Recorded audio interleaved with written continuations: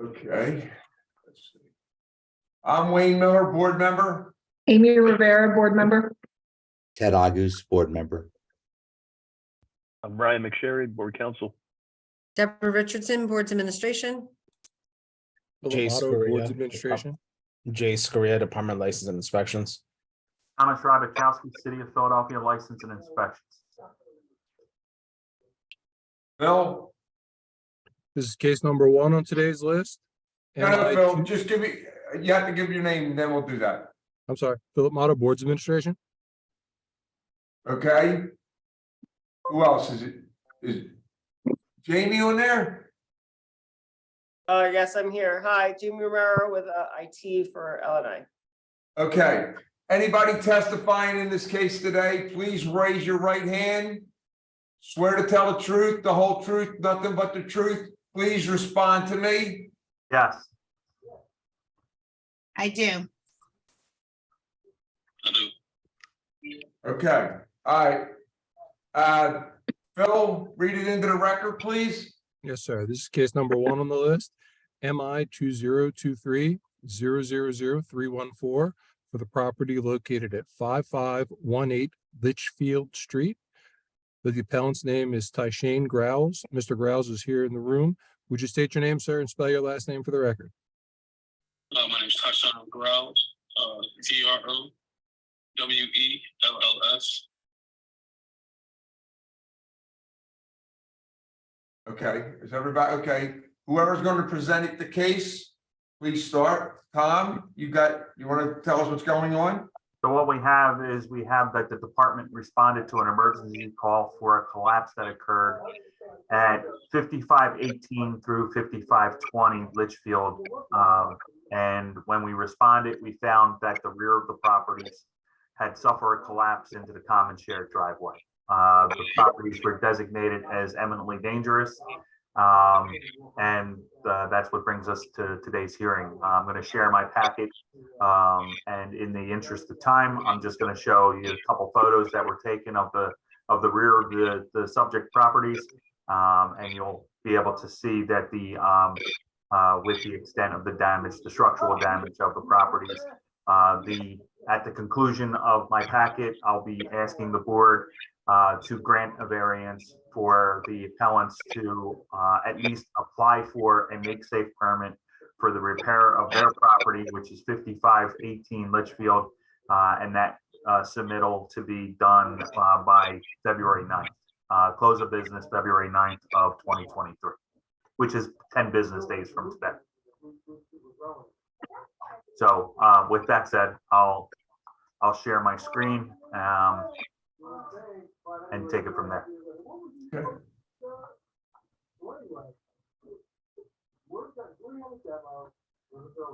Can everybody see my screen? Yes. Yes. Yes. So this is the property in question, 5518. Is this the back of the property? Yes. And then this is the property, the vacant property next to it at 5520. You can see that the debris of the rear wall landed in the common shared driveway. That was the 2 photographs. These are the next 2. You can see the debris landed in the common driveway. Tom, I have a question. And on the vehicle. that was parked. It's 2 different houses, right, Tom? Yes, Is there 2 different owners? yes. Okay. All right, go ahead, sorry. No, so basically my petition with the board is you can see the state of the 2 properties. My petition to the board is to grant the variance till February 9th to allow for the appellant to apply for that permit. If not, then the city would move to demolish both properties. Okay, is anyone living in either of those houses? No, not at the moment. We're just slowly moving things up. Okay, all right. Tom, are you finished? Yes. Okay, whoever, Mr. Growls, you want to tell us your part of the case, or Mrs. Robinson wants to do that? Whomever's going to present the case to us. So at the time, we actually put in complaints about the house next door. It's been damaged for like 20 years and plus, and slowly decaying our house. We've been rebuilding it slowly here and there, but the damage has constantly progressed where we couldn't even get to that section in time. I put in an appeal so we can have enough time to rebuild that. I didn't know I had to sign a permit within the next 10. Well, that's new. We have to do a permit within the next 10 days, like the representative said before. It's been a lot that's been going on in this house, and we've been slowly trying to get it together. That's unfortunate it happened to us, and it is a lot to deal with, but we're trying our best to get it together. I just have one question for Mr. Grouse or Ms. Robinson or Ralston could answer the question. Did you have homeowners insurance for the property? Yes, my mother does. She's the one that owns the property. Okay. The collapsed wall, what house is that, Tom? Is that 20 or 18? Both. It's on both. What walls. you have is a collapse of the shared foundation wall, the stone foundation wall between the two properties, which also impeded the collapse of the rear wall of 5518 and 5520. Okay, if 5520 fixes their house, who is going to fix 18? Well, the property at today's hearing is 5518. If 5518, Tashan's is 5518? yes. Okay, if he fixes his, who's going to fix 20 then? If they went and got the permit and repaired 5518 and 5520 didn't obtain the permit and didn't make the necessary repairs, once the repairs to 5518 were completed or at least signed off by a design professional that the repairs were done, then the city would step in and demolish the following property. In other words, we demolish 20. Yes. Okay, does anybody know who owns 20? No, that owner has been, she's haven't been seen in years. I mean, probably what, Tashan, would you agree, 10 or more years? It's 20 or at least more. We've been living in this property for at least 17 years. So it's been here longer than that. There's been people around the block complaining about the house as well. But since we've attempted to locate the owner to no avail, and we're still going to continue to try. Well, the thing is that I don't know if that's if that can be done within 10 days. If you need to get a permit in 10 days to make safe, you know, if you couldn't find these people for 20 years, I don't know how you're going to find them in 10 days. So what you're going to have to be concerned with is taking care of your own home. And the thing is that you would get a permit within 10 days and then you continue the work thereafter. Has representatives from the insurance company been out? Actually, No, not yet. well, actually, Tashan, they actually just called today while we were at the hospital. So we left the hospital and raced over to the house. So yeah, they were out today. We didn't have time to share that with Tashan just yet because that just literally happened. So the thing is, are they going to have the money to fix the house? Well, that's what we are hoping. As far as we know, when I don't know if Tashan explained to you, my sister, Laela, she's in the hospital. She's terminally ill. We just learned today that she can have less than 2 weeks to live. So we, Sorry to hear that. yeah, we're all over the place. Everybody's trying to save her house, and Tashan's dealing with a lot right now, which is why I'm on the call with him. So while my mom and my other sister ran to the house when we got the emergency, the call that they were just going to pop up. So we haven't spoken to them about their findings just yet, because they literally right before 1 o'clock appeared at the property.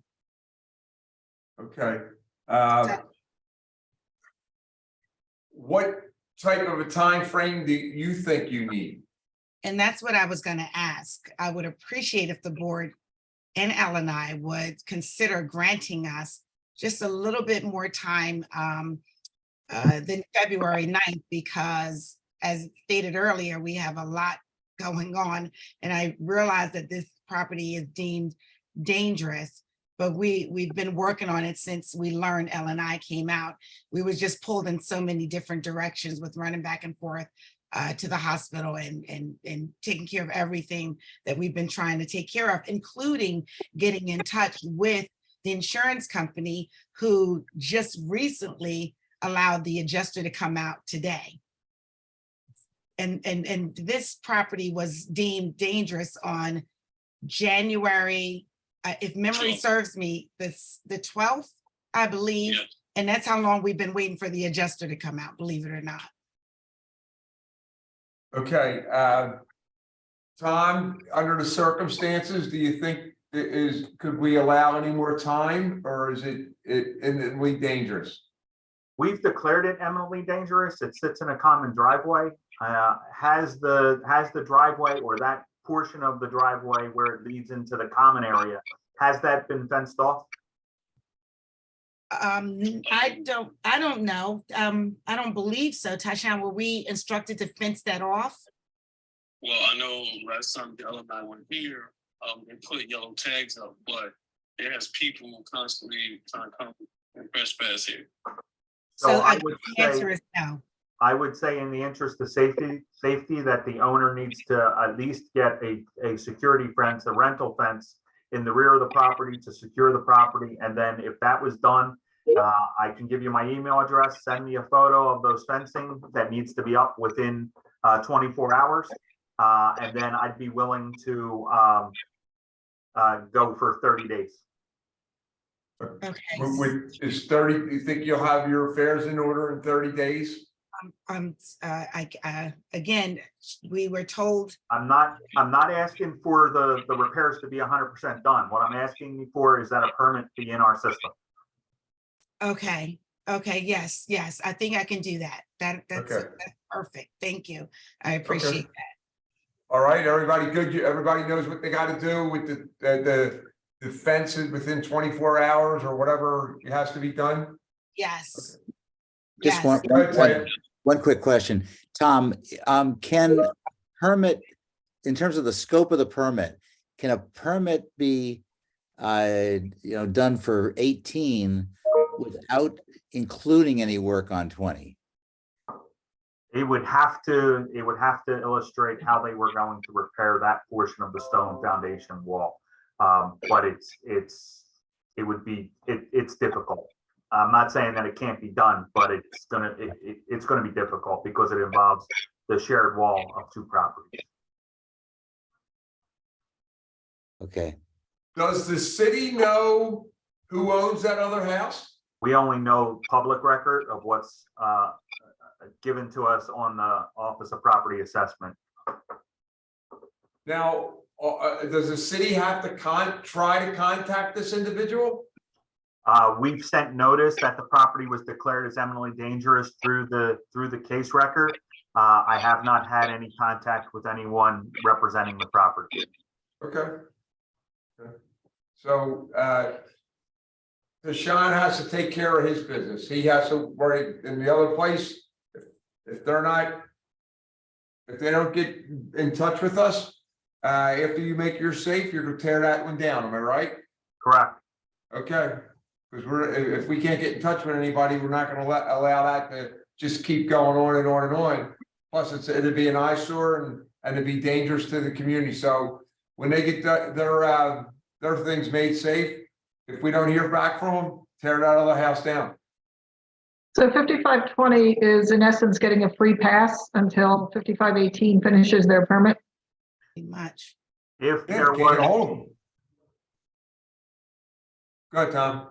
so if they, I don't know about a free pass, but we would be asking for the work to be done and signed off. I mean, this is an occupied property. We want to give the occupant the the ability to try to remedy and repair their property. But if not, then yes, we would demolish both properties. No, I'm just saying 5520 technically should have appealed, but they have not. You're not going to demolish their property until 5518 is taken care of. Correct, So because they're not going to be putting up fencing at 5520. Nothing's going to happen there. That's all I'm saying. You're not going to go in and demolish it before 5518 gets a chance to do their work. no, because of the damage of the party wall, I'd be afraid that we would suffer a further collapse of 18. Okay. Okay, so, all right, we're good with getting the fence around the property of 18, right, Tom? Yes, Okay, and then you have 30 days to get a permit, and then we'll go from there. And they're gonna shoot you a picture, Tom, let you know that the fencing's been up.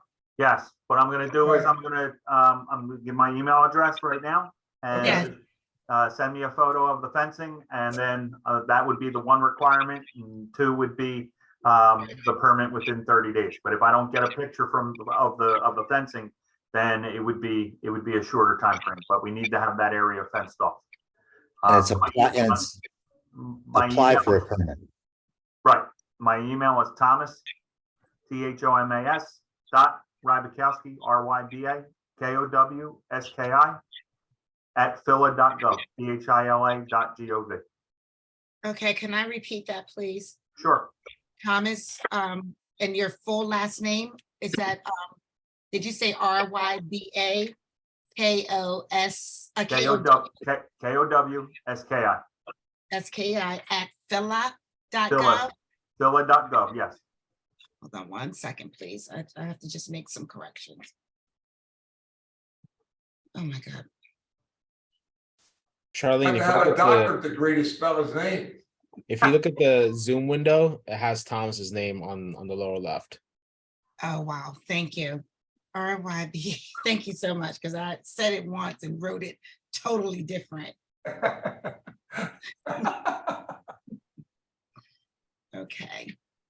At phila.gov. Okay. RYBA. Kowski. Got it. Okay. And also, do you have a contact number just in case I completely mess this up? 215-686-2583. 2583. Yes. That's the West Philadelphia district, correct? No, that's CSU. We cover the entire city. Yes, yeah, got it. Okay, I got it. Thank you so much. You're welcome. Okay, everybody good? I Yeah. hope everything works out for you guys. Thank you. Thank you so much. All right, no Okay. problem. Bye-bye. See you guys later. Okay, Tashawn? okay, Okay, okey dokey. Who is it? Her name is Jessie. Hi, Jessie. Okay. Hi, Debbie. Oh, there's Jesse. Okay. Okay. All right, let's get started. Recording one. Yes. Okay. I'm Wayne Miller, board member. Amy Rivera, board member. Ed August, board member. Ryan McSherry, board counsel. Deborah Richardson, Boards Administration. Philip Motto, Boards Administration. Jay Scurria, Department of License and Inspections. Thomas Rybakowski, City of Philadelphia License and Inspections. Jamie. Jamie Herrero, IT support. Okay. All right. Whoever's going to, naturally, if you're going to testify in the case, and also you, Tom, please raise your right hand. Swear to tell the truth, the whole truth, nothing but the truth. Yes. Respond. Respond. Jesse, you would also have to respond Jesse, to that. can you respond? Yes or no? Swear to tell the whole truth, nothing but the truth. Okay. Just say yes. Yes. Okay, there you go. All right, Tom. Phil, you want to put the case into the record? Yes, sir. This is case number 2 on the list, MI 2022-007-279 for the property located at 1426 South Ringgold Street. The appellant's name is Jessie Buckner. She's here in the room today. Ms. Buckner, if you could state your name and spell your last name for the record, please. Jessie Buckner, Buckner. All right, Tom, you want to give us a little update on the case? So what I have is the property at 1426 South Ringgold was declared unsafe due to a fracture of the front wall. It's on the left-hand side of a shared wall between the property at 1424 and 1426, which is this subject property, South Ringgold. 1424, as a side note, does have an unsafe case written against the property for conditions of the front wall and the rear wall of that property. This case specifically for 1426, the appellant does supply a home inspection report. I'm going to assume that that report was done at the time the property was sold, but the property itself, the report itself does show this fracture in this area of the structure and does make reference that the repair needs to be done by a mason. The department is asking that a variance be granted in that a permit or a engineer's report be supplied to the department within 60 days detailing this area of the structure. If it is safe, then the department would comply the violation. If repairs are required, then the department would ask that a contractor pull what's called a make safe permit for the repair of that wall in that area or whatever the design professional details. That's it. Okay. I'll share my screen. I'll share my screen so you can see the section of the property that we're discussing. Okay. Does everybody see my screen? Yes, we do. All right, so the fracture that has been mentioned is right here on the left-hand side. This is 1424, this is 1426, and the fracture runs from the roof line all the way down to the base of the property. That's about it. Okay, Jess, you want to tell us what your part of the story? Yeah, I mean, I don't disagree. Yeah, I bought the house in March 2021. That's when the inspection report was taken. The house was 1424 was occupied when I bought the house, and then it was bought by some LLC that hasn't done anything with it. I know they pulled a permit, got denied, and then have just left it. And I actually called you guys on myself apparently because I wanted it to be taken care of because yeah, there's trash, there's open holes, there's I mean, it's definitely a nuisance having this unmaintained structure attached to mine.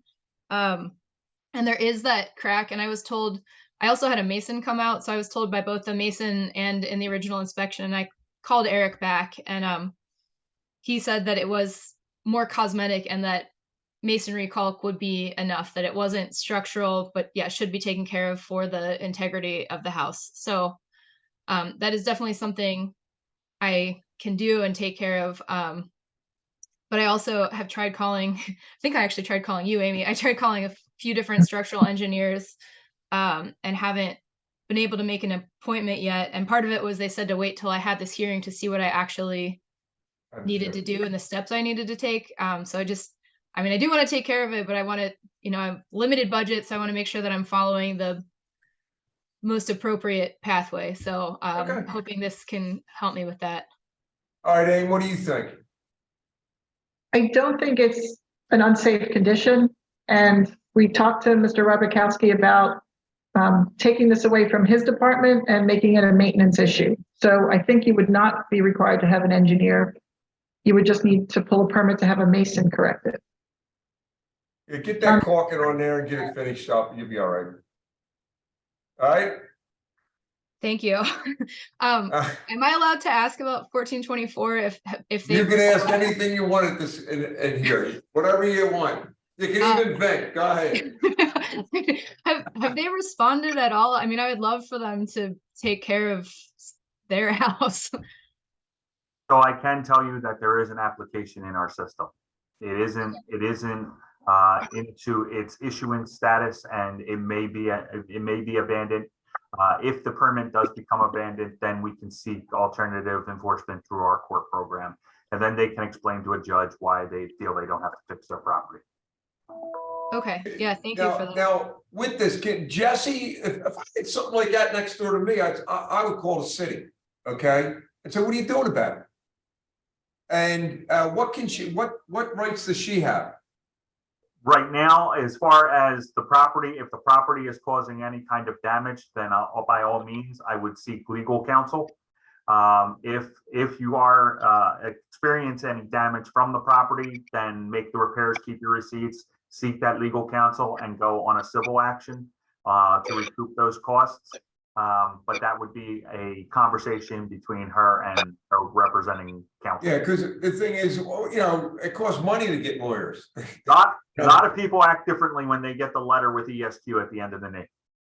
True. Yeah, I know. Yeah, but again, not everybody knows lawyers. You know what I mean? True. And you have to go hire one. And nothing against you, Ryan, but they're like salesmen. You know what I mean? and the thing is, when you do the right thing and you have to invest money for somebody else to do the right thing. See, I don't understand that. I think that's stupid. Okay, I think it's absolutely stupid. Okay. Why should somebody that does the right thing have to pay to tell somebody else to do the right thing? To me, it's mind-boggling. So what you got to do, just put the caulking in there or your mason. Well, wait, let's have Tom tell her the process. So will this violation get taken away and a new maintenance violation be written up, Tom? So what's going to happen is once the ruling is official, I will comply the case per the board's recommendation that this is not an unsafe condition, and we'll refer it over to our code enforcement. Don't be surprised if, Jesse, don't be surprised if you get another letter from the city saying that it has to be repaired. Okay.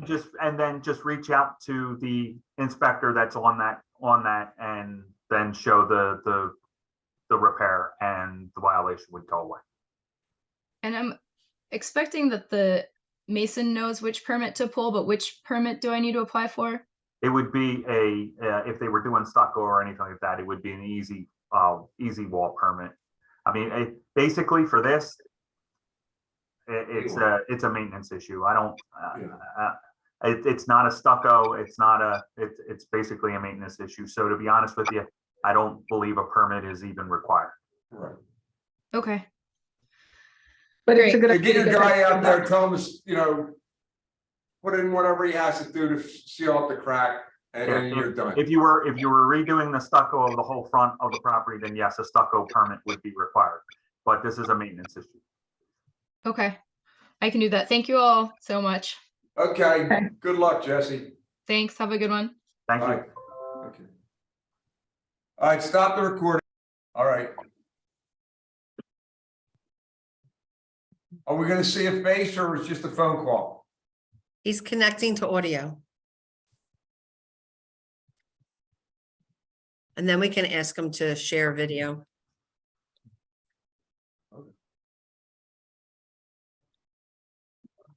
It might not be an option if he's only using a phone. I'm not sure.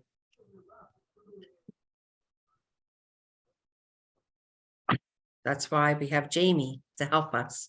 Yeah, so he's either on a cell phone or a computer, so he's not calling in. Oh, He can't hear us yet because. All right. You're the expert, Jamie. We put no pressure on you.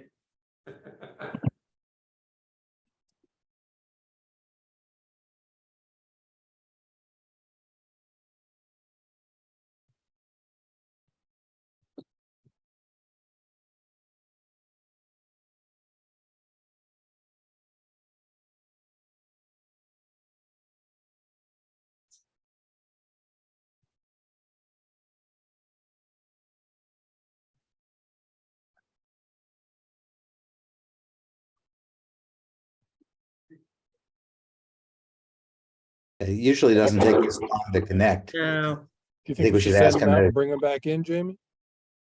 Yeah, let's try it. I'll put him in the waiting room and bring him back. His name is Tom Nolan. Yes. Tom Nolan? Tom Nolan. Oh, there we go. I guess that's what the T's for, right, Tom? Mr. Nolan, can you hear us? Hey, Tom, can you hear us?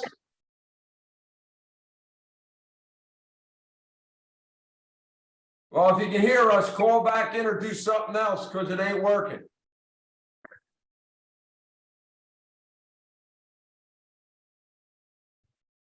I've been sending him messages as well, and he's not responding to All that. right.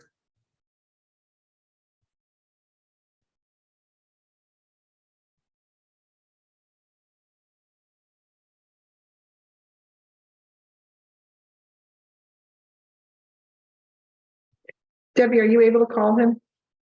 Sure.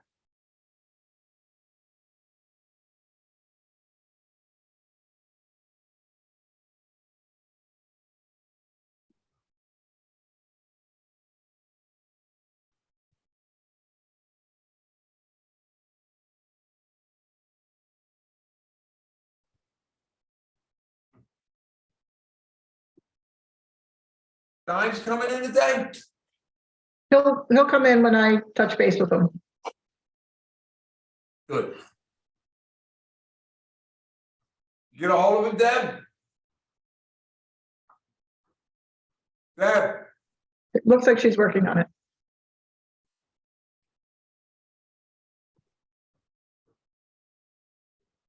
You got 2 minutes, Tom.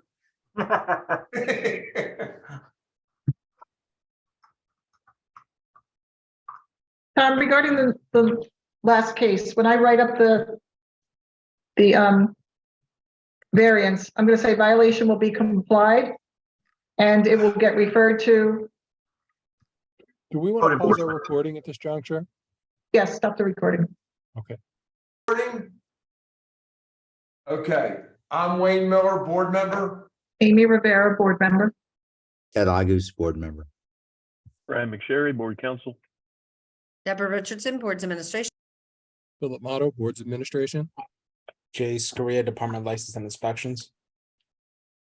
Thomas Rabakowski, City of Philadelphia, License and Inspection. Jamie? Jamie Marrero, IT support for licenses and inspections. All right. Okay, whoever's gonna testify in the case, please raise your right hand and swear to tell the truth, the whole truth, nothing but the truth. Yes. Okay, the appellant is not here. He's lost in the waiting room somehow. So we're gonna go on with the hearing. Tom,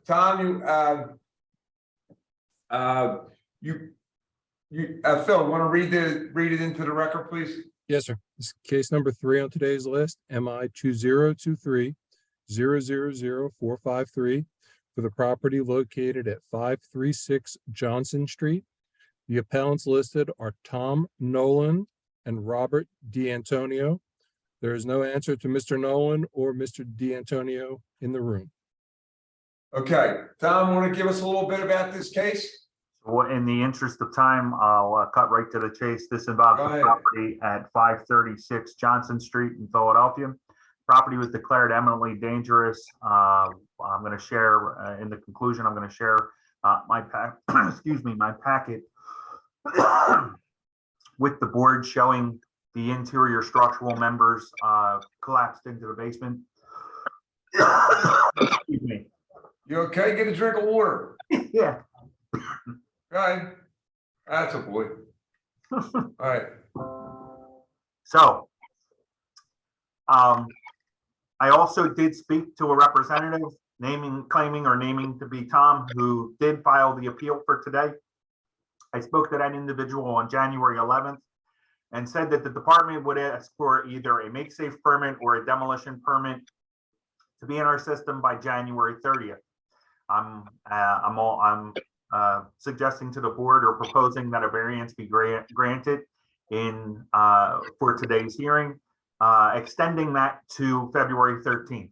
So have a permit in our system by close of business, February 13th, 2023, for either make safe or demolition, in that if structural members need to be replaced more than 2/3, then they would need a demolition permit. And that's exactly what I spoke to the representation on January 11th. So with that, I'm going to share my photo of the property and then leave the ruling over to the board. Okay. So these are, I'll wait for it to populate, but can everybody see the screen? Yes. So these are photographs of the subject premise, 536 Johnson Street. The front door of the property was posted eminently dangerous. You can see that there are a significant structural fatigue of the interior framing members, both on the first floor and the second floor, in that the staircase is starting to list to the right-hand side of the property.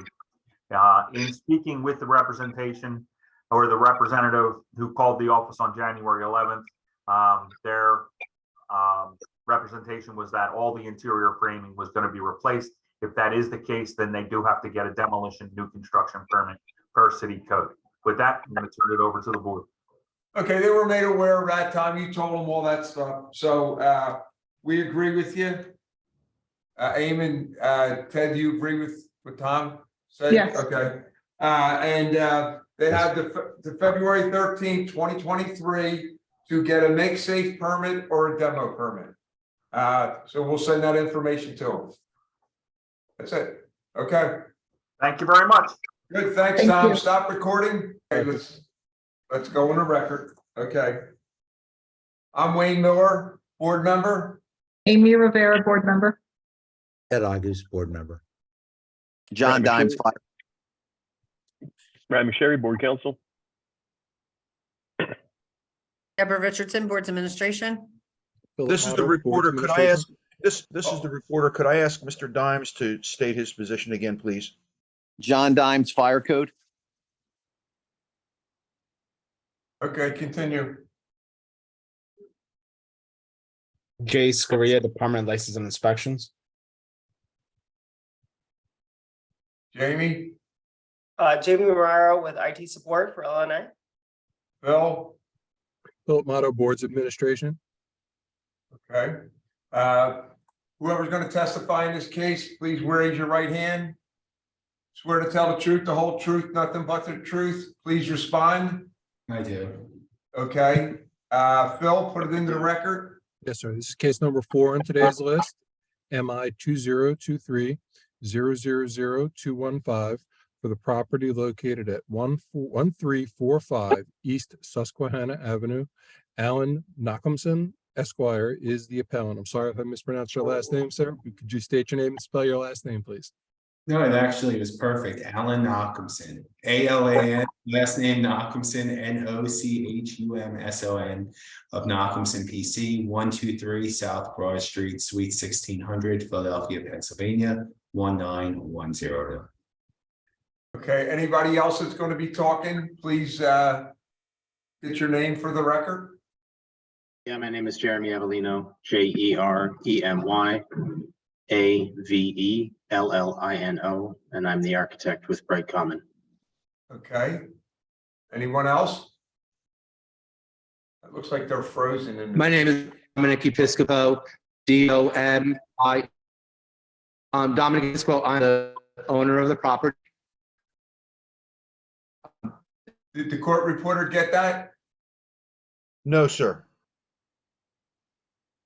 Dominic, can you give us your name again? Yeah, I think they're frozen. No, I think they lost connection. Okay. You want to try to get him back or want to I'll proceed? text him right now and see if he can jump back in. Oh, there he is. Okay, there you go. Oh, we're back. I'm sorry.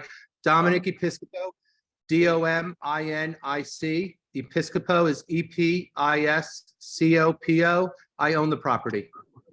Okay. All right. Whoever's going to proceed with the case, go ahead. All right, great. One more person here. Oh, I'm sorry. Go ahead.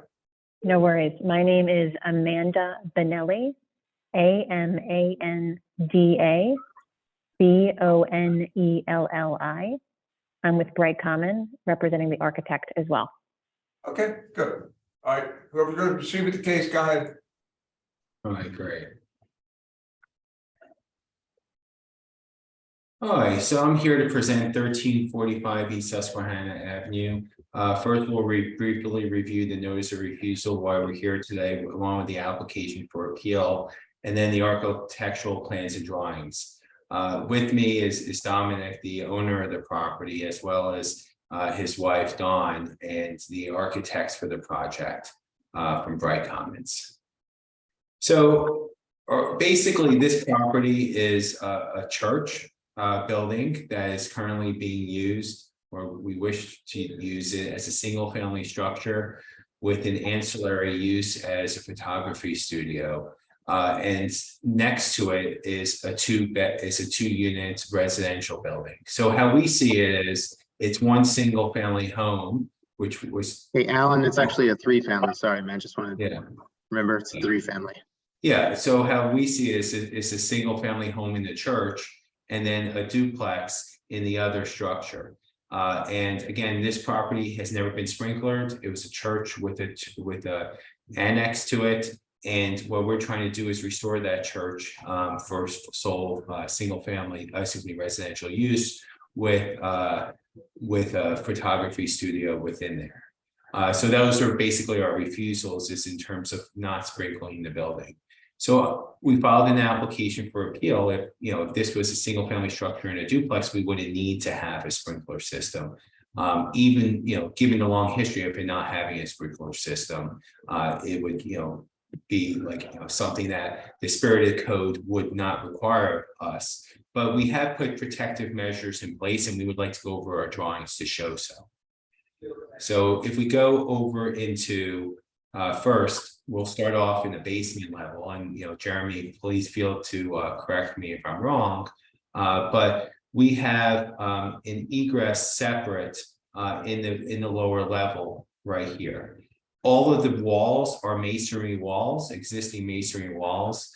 We have several fire rated doors that lead from essentially the church structure towards the which is the single family component, towards the duplex component where there are fire rated doors. We also put fire rated ceilings in the areas closest to where the openings between in the lower level where the church building is, as well as where the duplex is. This is an unfinished basement. If you go to the first floor, again, you'll see there's multiple openings for the main church building. We have the front doors right here. We have secondary access through here and through here.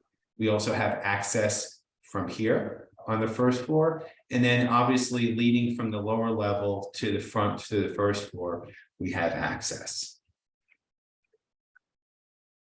We also put fire rated doors, fire rated drywall over here. And we also have a fire rated door here. We also installed, and correct me if I'm wrong, Jeremy, we also installed a second set of stairs on this right-hand corner. And then we obviously have the stairs leading up that were the original steps for the church building. Is the ground floor that we're seeing displayed right now? What? Is the ground floor that we just saw displayed, is that only the single family portion? Yeah, can I talk to that, Alan? So I just want to make sure we're not using the word single family. Amy, great question. The building is a 3-family building. So there's three, it appears to be 2 buildings. There is what was formerly a church structure in 1840 or around there.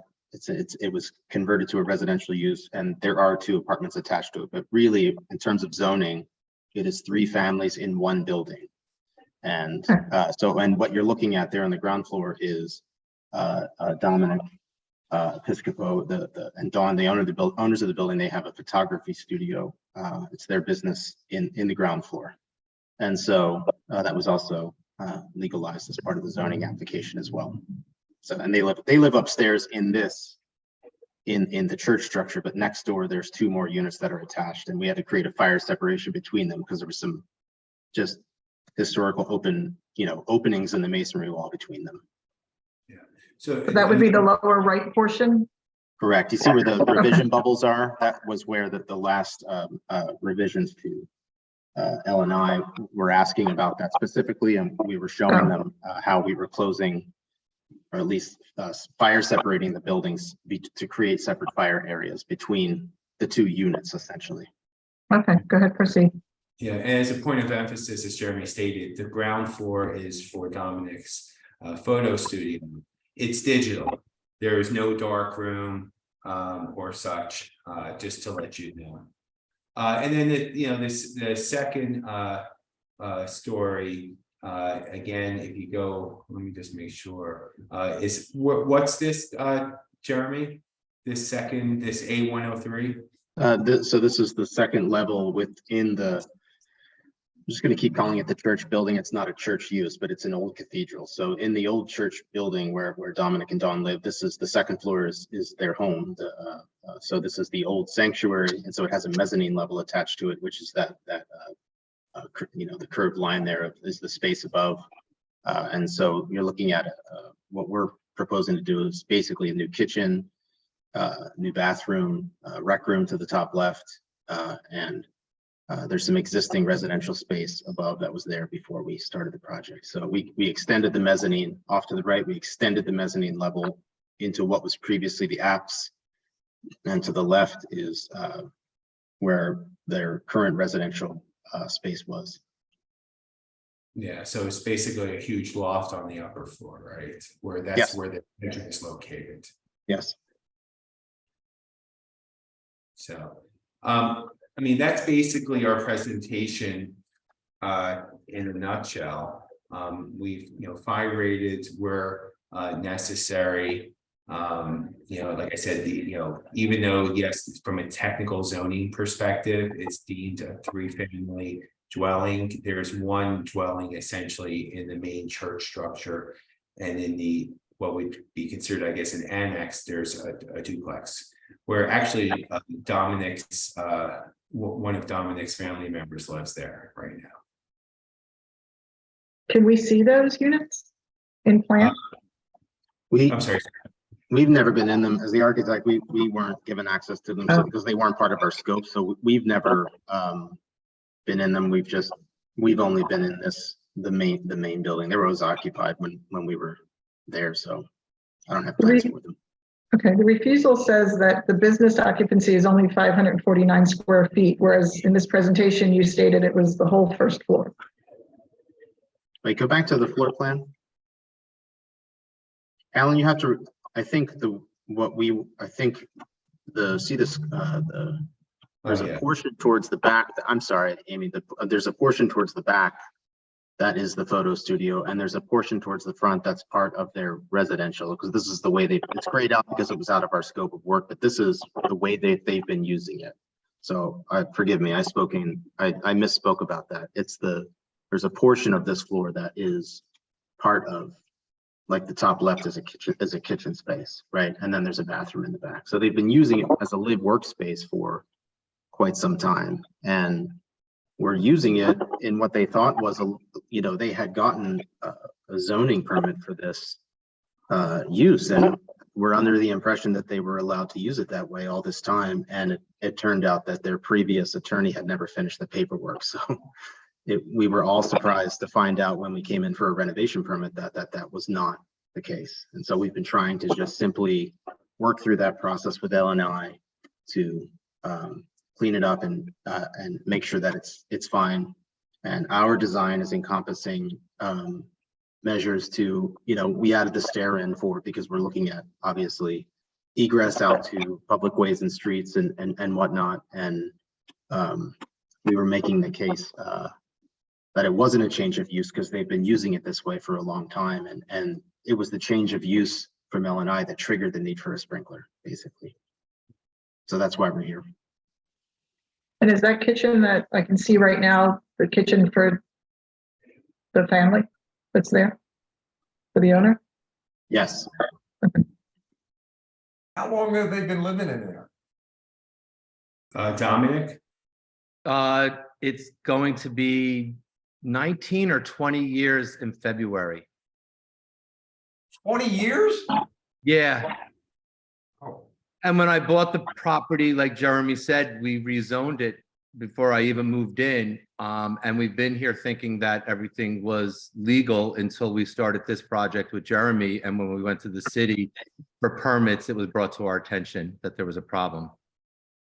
Yeah, we had zoning. We thought what we downloaded was active zoning permits, and it wasn't until we made our application to the city that they had said the use you're proposing is a change of use, and we were a little surprised by that because we were informed that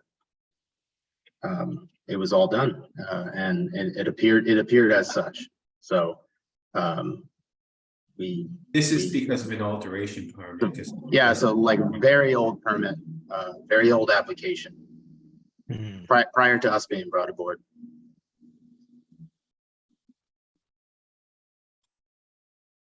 But again, you've created multiple forms of egress. This is a stone masonry building. You've created fire rated doors, to separate the spaces responsibly, created multiple forms of egress, even done fire rated ceilings in specific portions, right?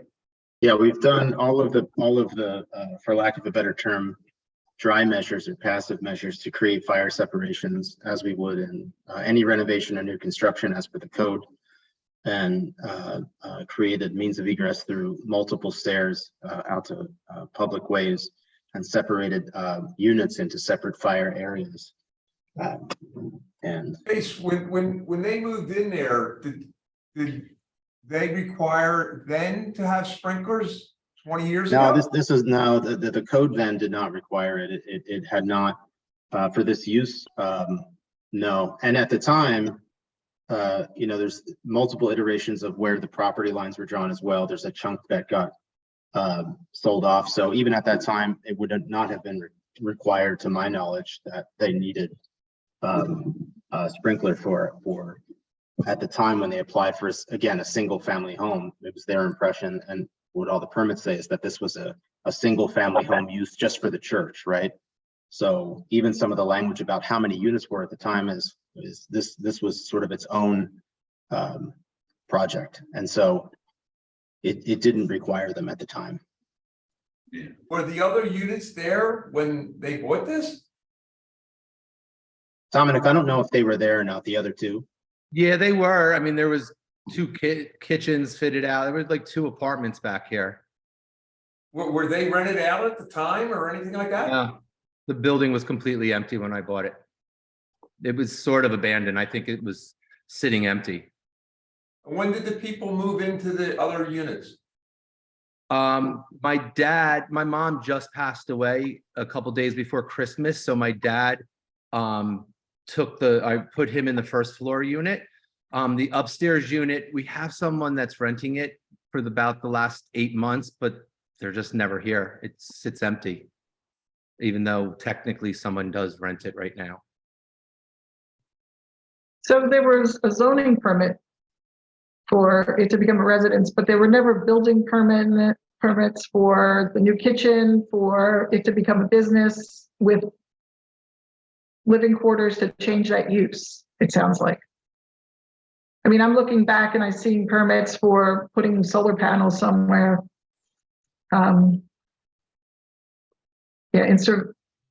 Installation of solar photovoltaic solar panels, but I don't see any permits for major modifications. No, How did it turn into a residency without permits, building permits? I think that before I purchased it, it was used as almost like a homeless shelter. So there were multiple kitchens and stuff in here and multiple bathrooms and stuff. So we did more cosmetic stuff than actually having to put stuff in like that. And that was only the zoning was like when we came aboard, and I did the same research you're probably doing right now, me. I look back at we had found at least what appeared to be evidence of permitting for residential use. So when we applied, we assumed that was good, but I think it got to the 1 yard line and just wasn't finished, at this point, 19 years ago or something like that. So that's where we had to get into like navigating this with L&I to get the zoning legalized, and then including an off-street parking spot, and then our scope of work for the renovation was ironically approved without the zoning worked out. And we said, hold up, we got to get the zoning worked out. And then they had approved it with the sprinklers, and we really said, this is, we want to get the zoning worked out. And then there was revisions to the building scope before even construction started. And all this is through the pandemic, so there was a lot of pauses.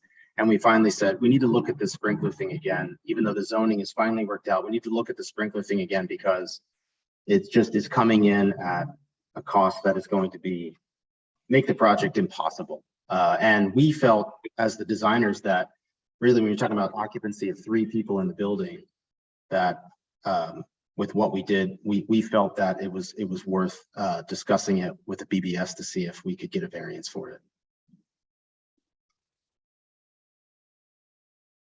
Dominic, do you know if this property was under a different address other than 1345 East Susquehanna?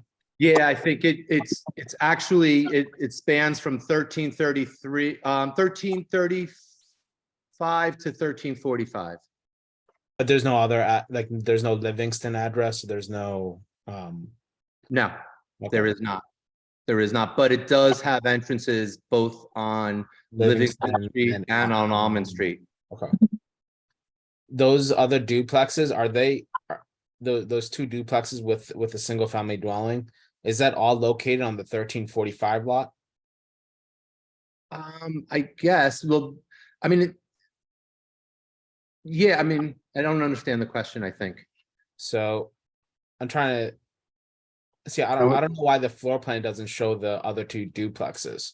So we have a site plan, Jason, that might elaborate that. We just don't have we don't have a survey of the inside. So the floor plans you're seeing, we're just showing the work area for the permit, but we can show a site plan that shows the whole thing if that would be helpful. Okay. Yeah, and the 2 units are sort of they are on Almond Street and they have their own entrance from Almond Street. But it's attached to the building, is separated by a firewall? Yes. Yeah. That's right. Yes. Because actually that building, I don't think was part of the original construction from 1840. I think it was added a couple years later. So that's the building right there. Okay. And there's a firewall. So- I got you. Yeah, so it's like separate. The wall between them is about a plus or minus 2 foot thick ashlar rubble stone wall. And then there was some openings in it that's what our proposal was, to fill in those openings with rated construction. I think it's 2-hour rated construction between them. And then there's some portions that are horizontal because a portion of the building, portion of that apartment juts into the church building. And so we're rating around that as well with similar horizontal ratings. Okay. Does anybody else have any information before we caucus? Okay, Deb, can you put the group into the waiting room, please? Thank you, everyone. Okay. Thank you very much. Thank you.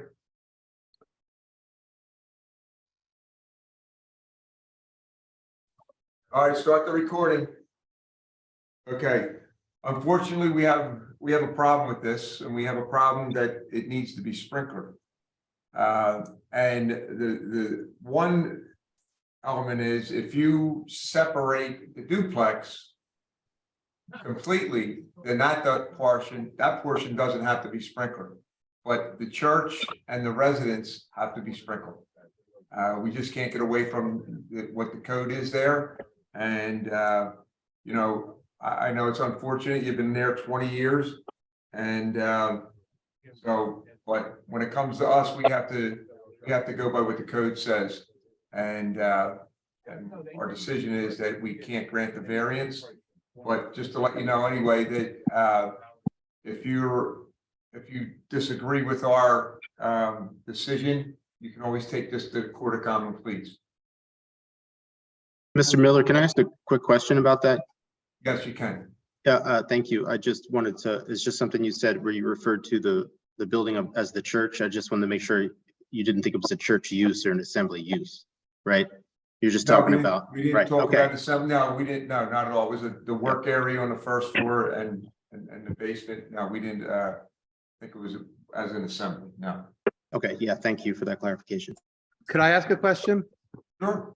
When you say sprinkle, do you just mean the first floor and the second floor, that where my studio and where we would like to live? Or No, the we- basement about has the to be done basement and the because it's over 2,500 square feet too. It has to be sprinkled. Anything that's over 2,500 square feet? No, the basement's over 2,500 square feet, so you have to sprinkle that. Also, the rest of the church area and your residence has to be sprinkled. The ground floor, the second floor, and The the ground floor, the second floor, mezzanine. The mezzanine. Not the attic. The attic, I didn't, I'll It's ask not John accessible, Dine. the attic, really. Can the fire department weigh in on that? Well, yeah, I mean, if the code requires and the building code, yeah, I would sprinkler the attic also. That's where a lot of fire gets trapped. And when there is fire spread, if you don't sprinkler above the ceiling, that's a danger. So if the building code or the change of occupancy triggers sprinkler in the building, I would feel that would include the attic.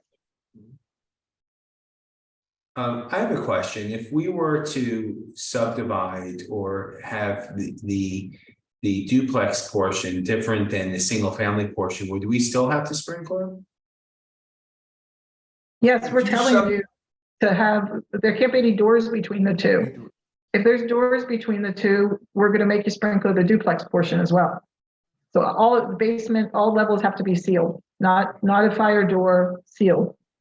Okay, so if we sealed that, then we would not have to sprinkler the duplex. Correct. Correct. And just so you know, this is Lieutenant Dimes, the requirement for sprinkler in the basement is also in the existing fire code. In other words, if an L&I inspector or a fire code inspector would have walked into your building and went into the basement, whether or not you applied for anything, you would have been in violation because all basements 2,500 square feet and above would have to be sprinklered, and that's a retroactive requirement by the fire code. But John, just to be clear, if the duplex is, isolated entirely from it, its basement is smaller than 2,500 square feet.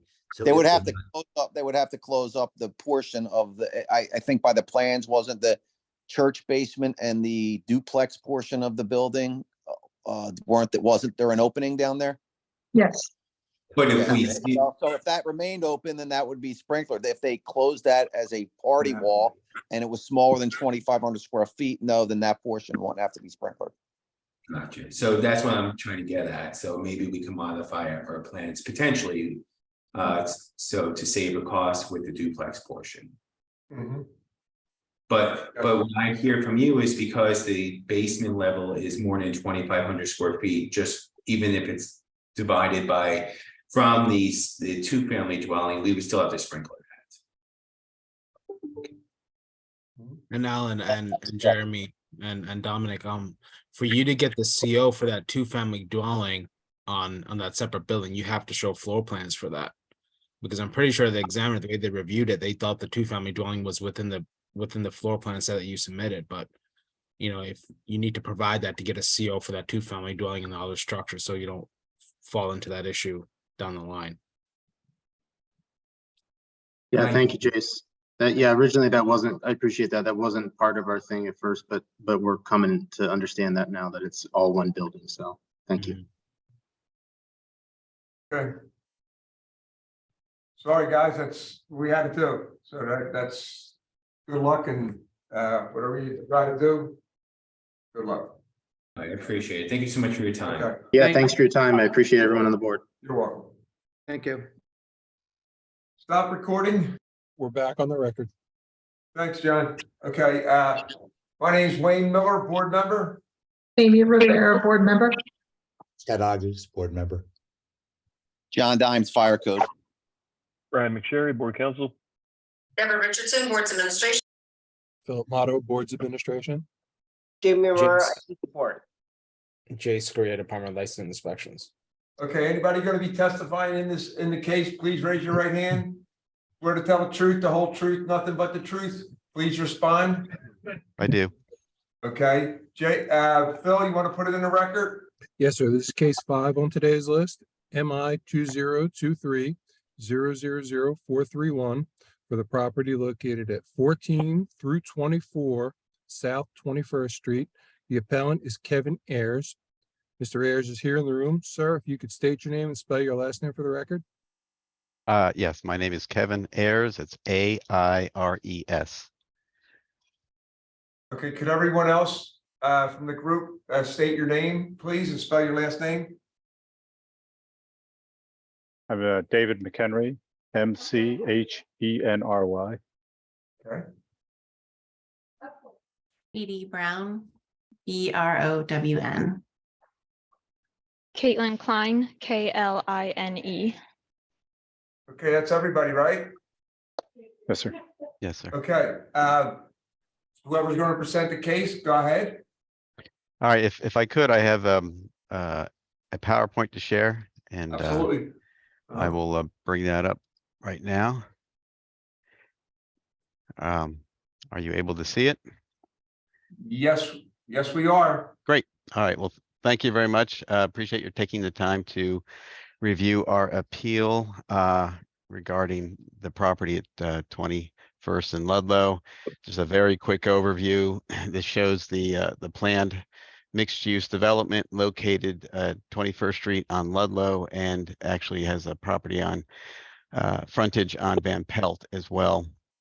It is primarily apartments for rent, and it has a ground level retail store as well as below level parking for 2 levels.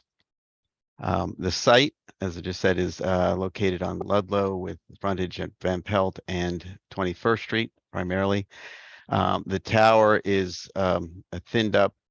We are building on the complete site except for a few minor setbacks, but the tower itself, which extends from the 3rd floor up and is intended to be a all glass building, is thinned up primarily for providing greater access to daylight and to views, but also we believe in support of the intent of limiting fire spread from one property to another.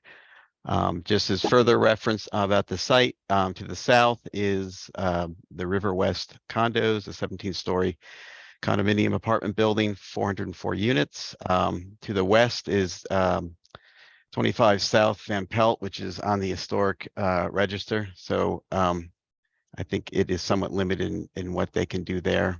Beyond the South Van Pelt is the College of Physicians building, just for reference, which we believe is also not changing. On the north side, across from Ludlow, is the fire station, which has a small setback for parking, 2 small buildings, and a little pocket park right at the corner, which you see here at Ludlow, just behind the Dunkin' Donuts. So this is the site plan from our zoning issue. And again, it shows the extent of our 28-story apartment. It shows the surrounding height of the buildings, the places where we have a park, like I said, at the northwest corner of 21st and Ludlow. Ludlow itself is only 25 feet wide. Van Pelt is 28, and 21st Street is 50 feet. So on 21st, the midpoint or center point of the street is 25 plus. So the limitation on any openings where we have our longest run of facade is unlimited. On the south side, we're 15-foot back, which from the property line, with the strict reading of the code, would limit you to 75%. But the lot that's immediately to the south is an open surface parking, which is part of the condominium building and must remain as parking to meet their condo property parking count. It's also, the whole site, we believe is fully developed to based on the existing FAR. They're about plus or minus 12, which as a CMX4 property, they would not, even with full bonuses, could not build more than that. So, using the approach of center point of an open area of a street, recognizing that this surface lot will likely never be developed on, we see this as an effective midpoint of 22'10", which we would argue should allow us the unlimited openings for the tower portion that's set back on the south side. On the north side, well, I guess before I go there, this is just an illustration of the setback and the heights of the adjacent condominium building here at the east elevation. And it's similarly the relationship of the buildings across Ludlow 21st Street and our tower. So then looking exclusively at the north and south elevations, looking at the full extent of frontage that we could build on, we're as I said in the beginning, we chose to make a slender building, for light and daylight access and views, and as well as to sort of limit the potential for fire spreading across the street. We're only at a 42% build out along Ludlow and only a 58% along the South Street. So looking at the south elevation, if we built out all across, we would have our typical floor to floor is 10'2", and so that would give us 1,215 square feet of typical floor. Using if we had to stick with the 75% max opening, that would be 911 square feet of window area. The window area that we're proposing is only 651, obviously based on a smaller footprint. So the calculated open area for that is higher, but we would argue that it supports the intent of limiting fire spread. Similarly, on the Ludlow side, where because of the narrowness of Ludlow, we have 45% max opening by code. If we filled that whole typical floor, we'd have 840 square feet of window area allowed, and the building does step on this side at the north. Again, it would be 651, and at the lower area it's 712. So we're below what would be allowed if we build out across the entire site. So based on the analysis of the surrounding buildings to the south and on the limited footprint of our tower, we would like to propose that we are meeting the intent of fire spread limitation across both those properties. So with that, I'll turn it back to you if there are any questions.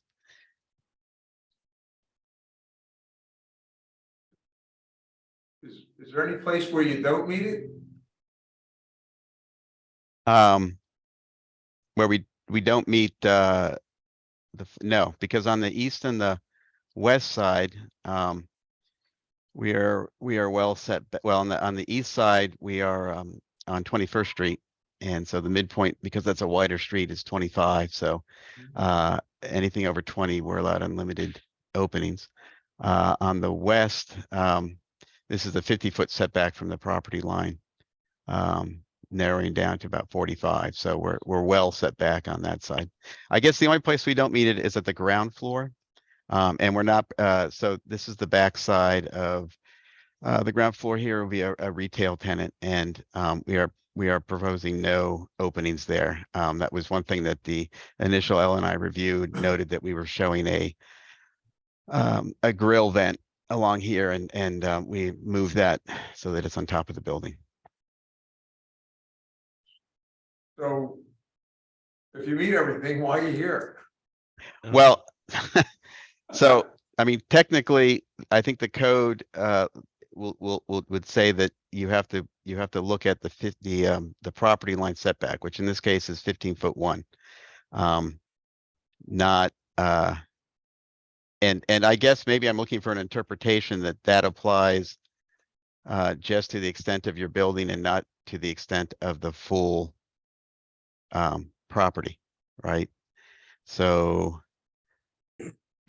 our understanding is that we should be accounted for this amount, but when we did our calculations and what we put on our drawing sheet was this amount based on the actual thickness, the actual depth of the tower. Jake, you have any issues with that? This is Lieutenant Dines with the fire code. Okay, So Dines. are you saying that if the interpretation of the footprint is just of the building and not the actual land area, then you meet the code but because of the design of the building and it being so thin, if we're gonna calculate it using that setback of the actual building, then you're good? I think I heard it correctly. Yes, that what we're saying is that if we had a building built all the way across here, we Yeah, would. the Yeah, dotted line, don't. right. Your building Correct. setback is the actual building facade, or the building itself, not the actual. Yeah, I don't have a problem with it. Yeah, I mean, per the department policy, we go by story, so that's how our refusal was generated. So, the department still stands by the refusal.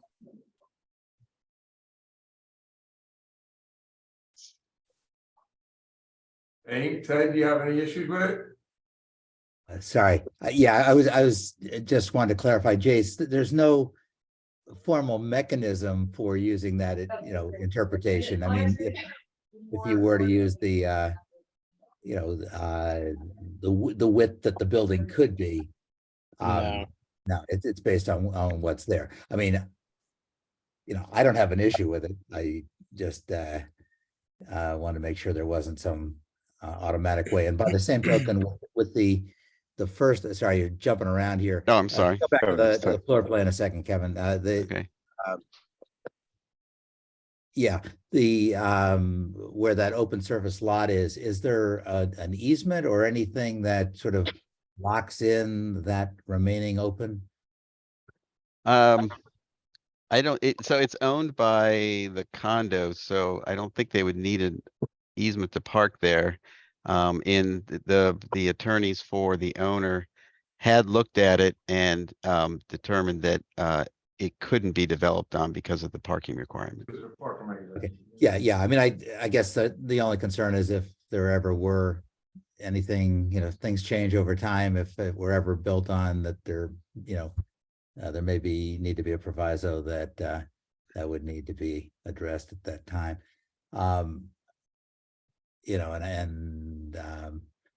Unless there was something formally in place there, but otherwise, again, I think your logic is right. Well, the only way that could happen is if they took that building down or changed the occupancy or something, that they wouldn't have to require parking. Yeah. I mean, that was our thought. And given that it's a condo, you have 404 condo owners. We don't see this building coming down ever, but, and I don't see they're already underserved by the parking count within the garage. If the zoning, I don't see a way that they could develop on this without some major change. Aim, you good with it? I think we should caucus. Okay, all right, we'll sit down. Deb, can you move everybody into the waiting room, please? Yes.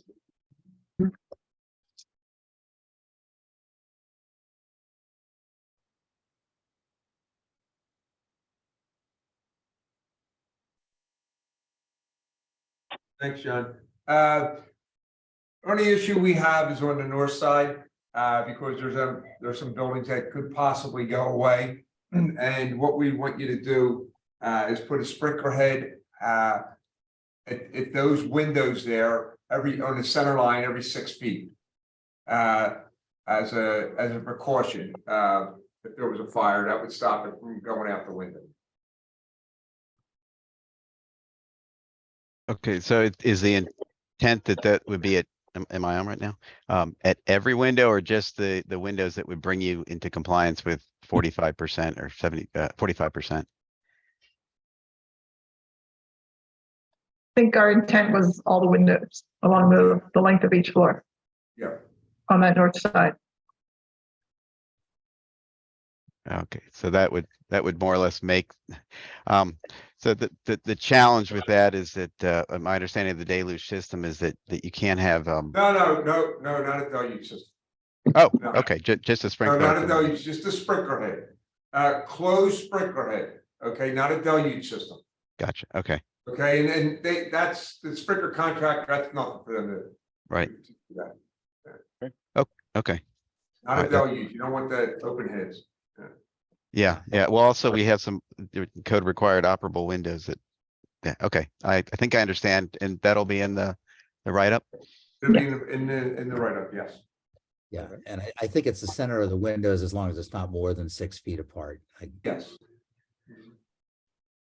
Yeah, otherwise on a 6-foot spacing. They can't be any closer than 6 foot. All right. Okay, and Okay. just a further clarification, if we have some floors where we actually meet the 45% because say the ground floor, you're allowed to, or we're set back further because we have a lanai level, I am assuming that the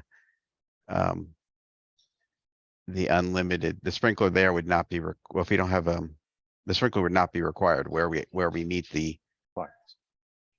yeah, we're in compliance with the code.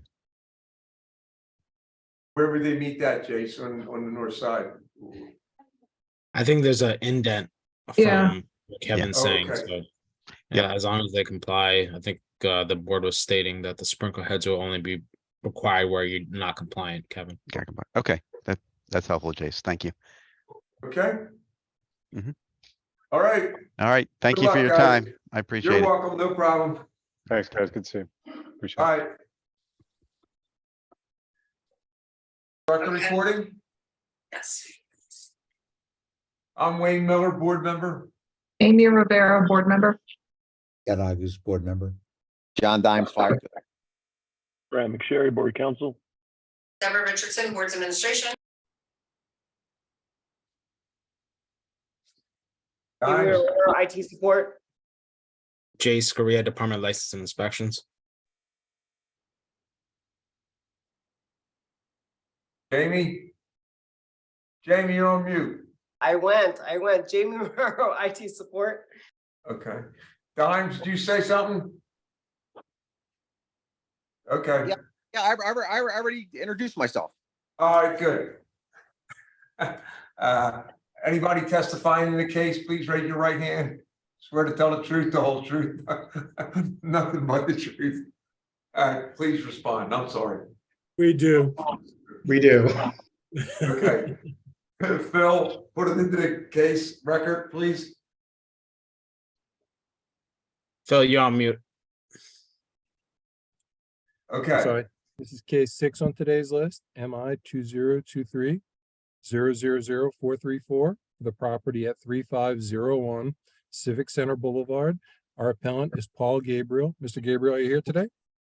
Yes, Can you please state your name and spell your last name for the record? Paul Gabriel, Gabriel. Can everyone with you state their name and spell their last name, please? All right, we're gonna start with the people in the room, so. Bill Andes, last name spelled Andes. Okay.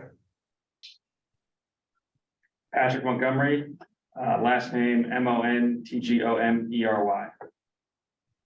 Christine Zadaraki, last name. I'm sorry, excuse me, this is the reporter. I didn't get that name, please. Patrick Montgomery. Christine Zadaraki, Zadareki. James Bowman, Bowmn. Christopher Bratz, Bratz. And then we'll go to Peter, yourself and Marty. Good afternoon, members of the board. Peter Kelson, Kelsen, attorney for Chubb. Thank you. Martin Gregorski, Gregorski with blank run. And then a J, and then Kwangi. Ajay Prasad, life safety consultant, PRASAD. Kwang Yi Young, design team, YEONG. Okay. Court reporter, you have all that? Do you have all the names? Yes, I do. Okay. Thank you. All right. Whoever's going to present the case, go ahead. All right. Paul, go ahead. Thank you, Mr. Miller. Appreciate, good afternoon, board. We have 6 items that we have refusals on that we'd like to review. It's okay with you. I'd like to share my screen and walk through each one of them. At each individual, for each one of them, I'll be calling on some members of the design team and or the consultants to explain some of the positions. So I'm going to go ahead and share my screen. Absolutely, go ahead. So we put together a narrative of the project just to give everybody a little bit of background. Children's Hospital Philadelphia is constructing a 27-story tower in the West Philadelphia location on CHOP's main campus. It is in currently, as you can see here, this is the site plan showing where the new patient tower, which is what it's called, is going to be located adjacent to the existing CHOP main hospital, which is the one that's 3401 Civic Center Boulevard with all the glass on the front, and the existing CHOP's Children's Seashore House, which is, again is both are existing inpatient facilities. This is an inpatient hospital, and so we want to walk through the 6 code issues that we are requesting variances on. The first one, if you're ready, Mr. Miller, I'll go through the first. Yes, go ahead. The first one is specifically a use limitation. We're currently, as designed, and I'm going to pull up some drawings as we go through this. We have a penthouse. The penthouse is adjacent to a helipad. By code, we're not allowed to have storage or any other designation in the penthouse. For access to the penthouse, and I'm going to pull up some of the views, we are requesting to include storage area in the floor plan. So at this time, I'm going to turn it over to James Bowman from Ballinger as I pull up the building section and a floor plan to talk through any of the code issues. Thanks, Paul. So the 28th floor aligns with the helipad and is otherwise a non-occupied space.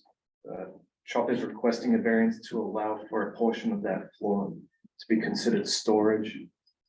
That room will be used for the storage of stretchers, medications, and other items that are needed for the patient transport team, and that space needs to be immediately adjacent to the helipad. It will only be accessible to staff, won't be typically occupied. It'll be separated from the rest of the floor by 1 hour rated partitions and 2 hour rated floor assemblies. And it will be fully sprinkled. So that space is called the Air Transport Ready Room. Transport staff come from various floors within the hospital up to the 28th floor to meet an incoming helicopter. And the equipment needs to be located immediately adjacent to the helipad so they can access it to greet incoming helicopters.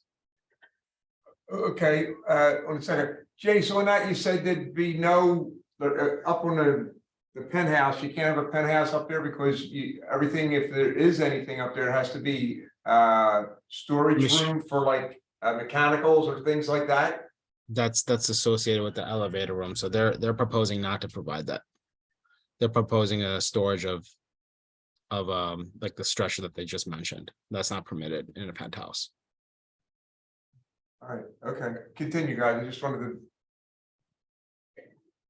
Really, we have, Christine from CHOP, who's going to explain from the operational side how important this is to CHOP to be able to have access on the same floor. Christine. So hi, everybody. I'm Christine Zadaraki. The role of this room, as James explained, is to provide additional support to our team members who are reporting to the helipad location. So this could be a transport team member who is, we've had instances where a helicopter has landed and has to take off right away again to go to another transport. And there could be supplies in this room that are most commonly used that may run out in the helicopter that they need to very quickly grab and go. It allows them the opportunity to have to avoid using an elevator to access something on a lower floor if there's an issue or a delay. It's really a quick grab ready room. In addition, if they are reporting to a helicopter, there are some just very quick supplies they might need if they're accessing a patient who is in dire need that they're able to grab in this room and use as they're transporting the patient from the helipad down into our ICU beds. As James explained, limited restrictions to this floor are to our transport team only, as well as our facility staff. This space is not occupied and is really just meant to be accessible in the event that they need us quickly to help aid care of the child. Can you zoom in so we can see what the other uses are up there?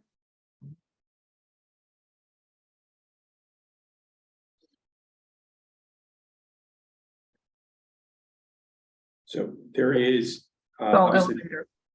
yeah, there are hoistways for the elevator, the service cars, there's, the service cars, the fire access elevators, the same ones that will be used for transport, shafts. This is unoccupied space that is not being used for any purpose at all. This is the space currently right here. This is the proposed storage. Thank you. Is it safe to assume there's no flammable liquids or other materials that, would be hazardous stored up there? No. It's mostly gonna be like, there might be like a most commonly medical device, like a monitor, because they plug monitors in for the patients, so they may have one that was transported, they might need to replenish it. But it's mostly just standard medical supplies, kind of think of things that you might see. I don't want to say like an ambulance per se, it might be a little more complicated than that, but medical supply type items. And it will be fully sprinkled, right, Paul? Yes. So with this room here, it was equipped with things that you need split second medical coverage for people, and you have that in there that you give them, that you're putting them on a plane or taking them off, taking them out of the helicopter? Wayne, if I could, it's basically, think of it as emergency equipment and support equipment, meds that are supporting either the patient or are supporting the transport helicopter folks. So IV bags, monitors. It's the stuff that you got to have right up against the helipad so that the patient is covered medically and or the heliport operation flows smoothly. They've exhausted supplies, now they're replenishing. But it's limited to that. People are not going to be in there on a regular basis or extensive basis. Leave and load. That's how it's going to operate. Okay. But you can't, for hospital trauma purposes, we can't have, the wait time to go in an elevator down to another floor, pick up those supplies, get back in the elevator and take them up there. Okay. Okay. Anybody have, Aim or Ted, do you have any questions on that? No. No? Okay. Why do you have to call it a penthouse? I'm just throwing that out there. Okay. All right, go ahead, continue. All right. You want to go to number 2, Paul? Well, do you want me to go through all of the issues, Mr. Miller, and then, or do you want to go one by one? How do you? That would be up to the board, and Amy and Ted. Do we want to make a decision on each one as we go, or come back over all of them? We'll come back later, Okay. because we may want to caucus. Okay, continue, guys. Go ahead. Okay, thank you. So the next one that we are discussing is, so as I showed on the site plan earlier, the building is adjacent to the existing chop main. It's going to be connected to the chop main. They're all on the chop main is on an adjacent parcel. Same with Children's Seashore House. There is and I'm going to pull up the 3D rendering because I think it will help explain. But as we wrote in here, the basis of the appeal is that NPT is going to be built on these 2 lots. The Children's Hospital owns all of the lots, right? The lots that NPT is built on, and Children's Seashore House, which will be the future location of a phase 3. So this is a multi-phase project where we build the tower, we occupy the tower, patients move in, we have full occupancy, and then we can take down Children's Seashore, which is an inpatient hospital, because we can't lose beds in that interim. We need to build one, move people over, then take the existing one down, and then eventually expand onto the lot. So if we go back up here, the Children's Seashore House, in the final phase or configuration of the building, will eventually be building out the full new patient tower to encompass a portion of this existing law. Again, the same owner, and it's under a unity of use that was procured as part of the zoning permit that we applied for the project. And so the appeal that we're specifically, what we're asking for is to not build the full rated assembly all the way up, knowing that in the future, we're going to be demolishing a portion of this facade, and we wouldn't need it because we would be one building, even though it's on multiple lot lines. The unit of use is recognizing that we wouldn't have to have fire separation. Do you have a time frame when the next building is going to be built? It's after this building because we need to fully occupy, we need to move patients over from this one. So probably 2029, 2030, when we're done construction and fully occupied. All right. So I'll turn it over to James, and if there's any other specifically on the code issues you'll address. So because of the space between the proposed south facade of the new patient tower and the existing seashore facade being approximately 15 feet, a 1 hour rating would be required by table 602 of the IBC for type 1A construction and occupancy group I2. We are providing a 1 hour separation up to and through the 4th floor, starting at the 6th floor. No rating is proposed. I'm going to pull up the 3D view so that everybody can see the area that's specifically in question. And Ajay, is there anything that we're missing as I'm pulling up the 3D view? I think once you pull it up, it'll be evident.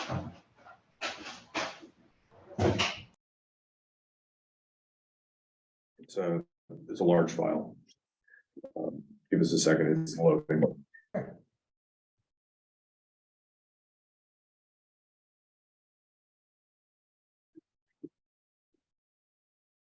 This one second. So this outline here for the board to see, there's a dotted outline that shows the extent of the existing Children's Seashore House. Paul, you might need to zoom. Both James and then You might need to zoom in on right there. okay. So as we noted previously, the hatched outline, if the board can see it, is where the existing Children's Seashore House is. And as I said earlier, in order to construct the full new patient tower that will eventually come onto this portion of the property, the Children's Seashore House new patient tower, the first phase of it needs to be fully occupied, patients moved in, and then this will be demolished. The extent of the 1 hour rating is up to, it's the 5th or 6th floor. And then the hatched area that I'm showing here is where we're within the condition that would require us to have a 1 hour rating. And we're proposing to leave that out, knowing that in the future phase 3, we wouldn't need it. Right. No, it's important. It's important to note that obviously Seashore House is fully sprinklered. It has a 1 hour minimum roof assembly. So we are providing that protection for the portion of the new patient tower that faces directly or that faces the Seashore House north wall. So what we're saying here is that we have that level of protection, the rated roof, and we think that if there happens to be a fire in Seashore House, that the roof rating would take care of the exposure above that. So we're using that principle in the code, just saying that typically that would be if you had a firewall, if Seashore House is right up against it, we could use that provision to avoid having to rate above that. And we're saying that basically we have a better condition or at least equivalent. The Seashore House is pulled back, and that again, as Paul and James said, it is the same owner, and this will accommodate the future construction.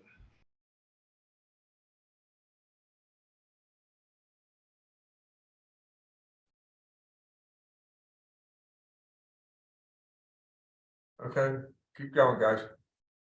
All right. So the next issue I'm going to pull up is go to this one. So the next issue, and I've got Chris Baratz here with Ballinger to describe it. There is a condition, and I'll pull up a section plan where actually, Chris, why don't you go ahead and take this one?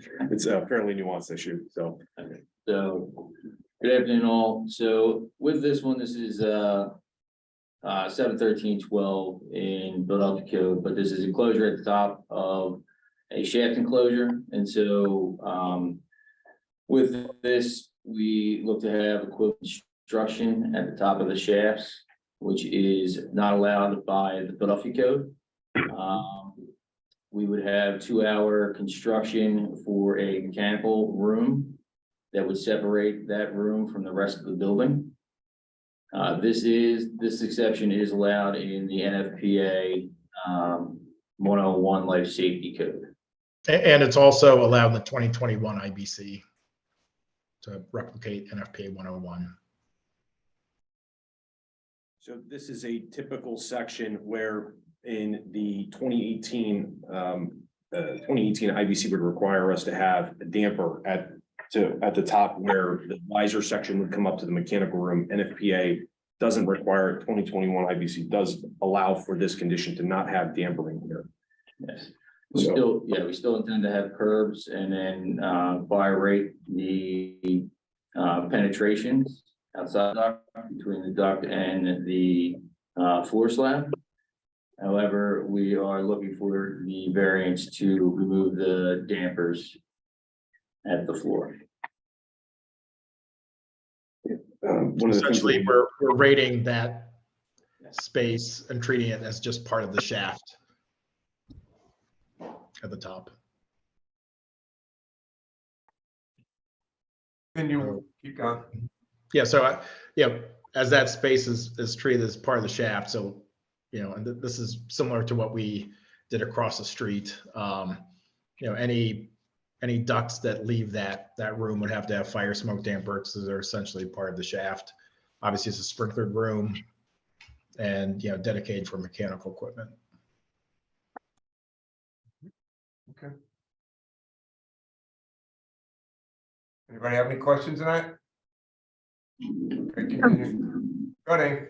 No, I don't. Okay. Okay. So the next item is specifically where we are requesting to omit dampers for ducted penetration through a 1-hour barrier. And we have Kwang Young, who is the engineer from AEI, who will walk through you. But essentially, 21 IBC allows for this exception. 2018 IBC does not. Kwang Yi, do you mind kind of walking us through some of the issue specifically that we outlined in any code interpretation questions that are clarifications? Yeah, so thank you. So yeah, pretty much we have a fully ducted system from the fully ducted supply and return system, but we intend to provide flexible duct at the end of the connection from within the room right to the diffusers. So what we are asking for is for this particular case, because of the new 2021 provision recognized that for a healthcare building specifically, as Paul pointed out, I think the bullet point 3.1 and 3.2 specifically call out, we are meeting those requirements that we could omit the dampers. And the challenge for this building and any other healthcare buildings is that there are so many 1-hour rated partitions throughout the building. And with the amount of distribution ductwork, the concern is adding the dampers would kind of create accidental closure of the damper, which may prevent the airflow from getting in and out to the critical care areas that may impact the pressurization, not to mention the maintenance that may kind of take down the rooms as need be. So, yeah. Does that happen a lot? Do dampers accidentally close? It has. Yeah, it happened. It has. It's really and yeah. To add on to that, we use the non-metal flexible air connectors just because it's during construction it's easier to basically hook it up, and if something happens, that as we all know, programs change, and it's it helps. If they have to reconfigure the room or something like that. I mean, it's really, we're trying to avoid the maintenance cost of all these dampers in a building this big where we have to go test it and everything. but really it's to provide that. And I think there is also some, and maybe Kwang, you can say about any kind of like vibration or noise. Correct. Yeah. So from the patient comfort perspective, yeah, we needed to provide a flexible duct so that you can dampen down the noise before it's going to the patient room. So there are a lot of benefit to providing the flexible duct to the system, and that's what we are hoping that, yeah, with the exception that is already adopted in 2021, recognizes yeah, those requirements for a typical healthcare building.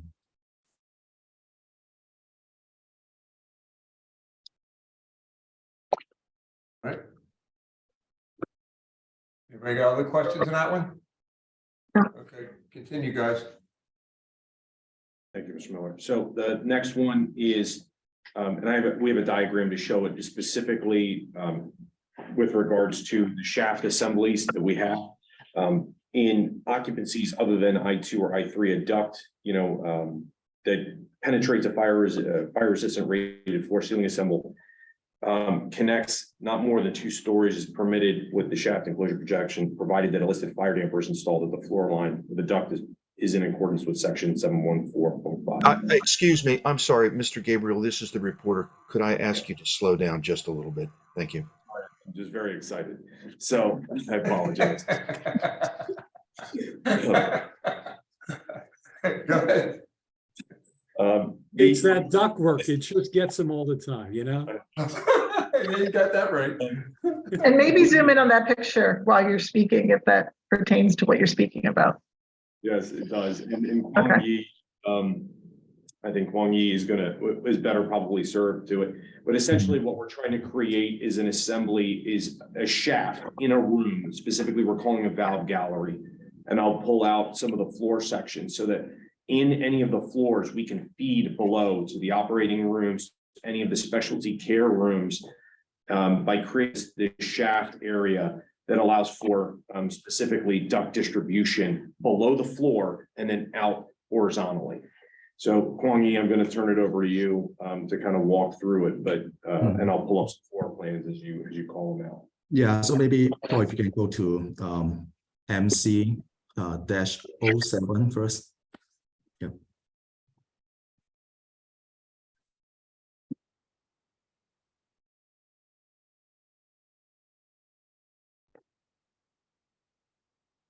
So this is kind of an in progress layout of a typical operating room on 7th floor. So typically we would have air terminal devices above the ceiling serving each of the operating room. But because in order to maintain the clean core, kind of proper sterile purpose, make sure that we are keeping the OR out of any maintenance. The intent for this project is, as opposed to locating those devices that typically would be placed above the ceiling plenum, we are placing them on a mechanical room created on the floor above. So the yellow highlighted zone represents the location where the room is overlapped on the floor below. So if you go to level 8, so the intent is really pretty much creating a small mechanical room on the floor above, so that all the devices that would typically require maintenance serving the operating room will be located here, so that they do not need to get into the OR. Yeah. And like Paul mentioned, yeah, because it's a healthcare building, will require us to create a shaft because we are kind of penetrating 2 floors. But what we are proposing here is pretty much treating this room essentially as a shaft assembly, so that any distribution going in and coming out of the room will be provided with a 1.5 hour of combination fire smoke damper, which would pretty much provide the protection for any fire and smoke migration between floors. Yeah, it's a gap in the code, right? Yeah. So by definition, a shaft has to connect 2 stories. We're basically creating a 1-story shaft. And we're providing the fire smoke dampers as if it were a 2-story shaft. It's only 1 story.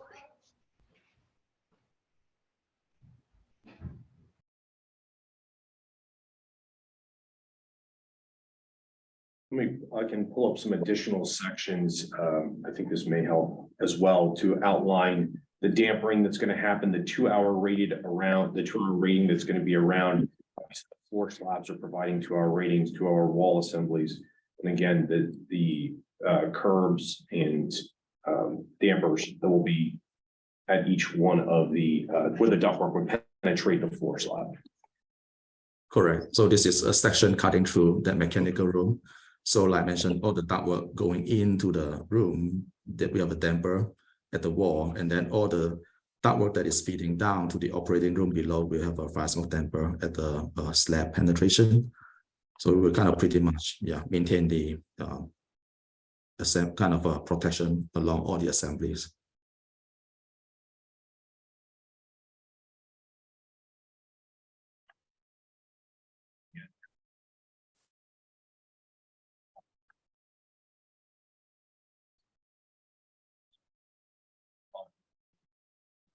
Paul, I think we are losing. You look like you have a question. Yeah, Paul, are you speaking? We are losing the audio. You guys can't hear us? Oh, now we can hear you. Yeah, We can hear you. we lost you for a second. Sorry. This is the reporter. I cannot hear you. I'm sorry. Nobody's talking right now, I don't think, John. Are we all finished with that one? Anybody have any questions? No. Okay, continue, guys. Okay, You guys, can you hear us in the room? now we can. Now we can. Okay, I'll try to speak up and make sure that we continue. Oh, we hear you good. Yeah. Most people tell me to be quiet, so this is unusual. Well, that's the next one. The last one is the location of specifically exhaust outlets. There is one change when in the narrative that I provided, which was that we had said that we were going to provide. The issue is that we're providing, CHOP owns multiple parcels. They own all of the parcels that are here. In order to exhaust from one of the buildings, it has to straddle the parcel line as shown here. And by code, we cannot straddle the parcel line. However, because CHOP owns both of the properties, we're specifically requesting that. I'm going to turn it over to Chris, who's going to speak up nice and loud so that everybody can hear and walk through the issue. Thanks again, Paul. But it's pretty much as Paul said. So with the project and the parcel lines being so close to each other, there's existing building that has to have the exhaust rerouted. And with that, there's limitations on where we can put that, and one of them being the property line and the distance to the property line, as you can see, shown in this little image here. With this, we were looking for a variance for that property line, considering CHOP owns both of the properties on the north and south part of that property line. And then the expectation is that we would meet all other code requirements. It's just the fact that we have the property line distance that is in question with this location. And it's similar with all the locations around this building. So Chris, this is an improvement over what's there now. Right, with regard to where the exhaust goes. Correct. As the existing exhaust went into the existing garage, and that garage is being demolished, we are not taking it back into the garage. At this location, we are discharging at a location over the property line, but in a location that meets all the requirements. I guess I'm confused because it looks like there's multiple things crossing the property line. So it's the parcels in this particular area are pretty confusing, and I'll walk through them because this right now shows, I'm just going to snap out of this. The parcel for 3501 Civic Center Boulevard includes this tab between two buildings that are here. This is Abramson Research Center, which is owned by CHOP, and this is another property. It's actually owned by the trustees of the University of Pennsylvania. This piece right here is in the garage. itself. It's below grade.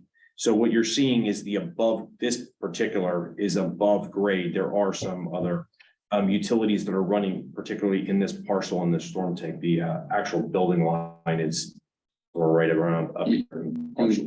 Yeah. What's that? Yeah, you can see it a little bit. So the property line is up towards, I don't know if you can see let me scroll in a little bit. So this is actually in a below grade parking garage that while it crosses the property line, below the way the deeds are written is that below an elevation of 51, it technically belongs to CHOP. Above elevation 51, basically the plaza level belongs to Penn. So that I think has been kind of worked through with the original zoning configuration in the garage, knowing that the deeds are slightly confusing. And that's why Peter Kelson is here to kind of walk through some of the nuance of the deeds. Peter, can you give us, hopefully maybe just clarify any other questions they have about the deeds, elevations, and the property lines? Does that shaded area have anything to do with what we're talking about? There's like a rectangular shaded area that crosses the property line. Does that mean anything in this conversation? No. Okay. There's nothing to do with that. I think that's just a graphical item. Okay. Basically, not to belabor the point, the only issue that this variance request entails is that exhaustive component that you see and that Chris described a few moments ago.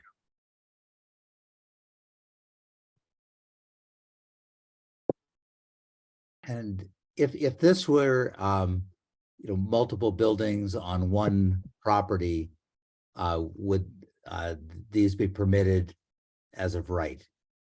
For Ted, in terms of zoning? Yeah.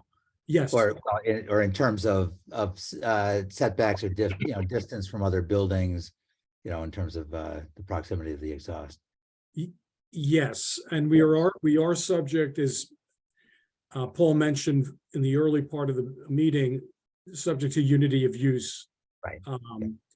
Okay. But the answer to your question, yes. They comply. You want to have any other questions on that? Okay. Is that about it? I think that was I think we covered it. I do have one question about the helipad. In that storage room, would there be oxygen tanks? Chris? No. There's no intent to include oxygen storage in that room. To answer your question, no, there's no intent to include oxygen storage in the room. Okay. Or obviously any other kind of tanks. No other compressed air, nothing else, right? No. That's not the intent. So we're gonna caucus, and Jen, could you put everybody in the waiting room and then we'll come back?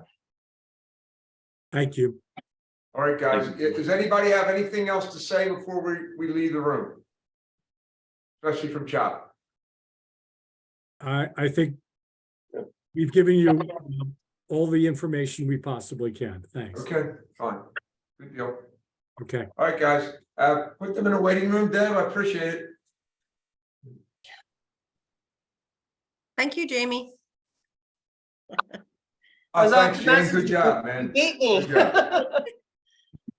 Okay. Let's start out with number one. The penthouse, we're good with it. Okay. And again, we're not having any combustible, oxygen or any type of tanks up there, so we're good with that. The second, the general, what we would like on the north side of the new building, 2 floors above the Seashore House, we want heads on the windows, the center every 6 foot for the 2 stories above the Seashore House. Not a deluge system, just a regular closed sprinkler system, okay, the wet system. Then on enclosures at the top, we're going to talk about the 2021 code Dimes, you have a few questions on that? Yeah, on the one variance request that you have, I guess going on the shaft up into the roof where you didn't want to put a fire damper, though it was required by code.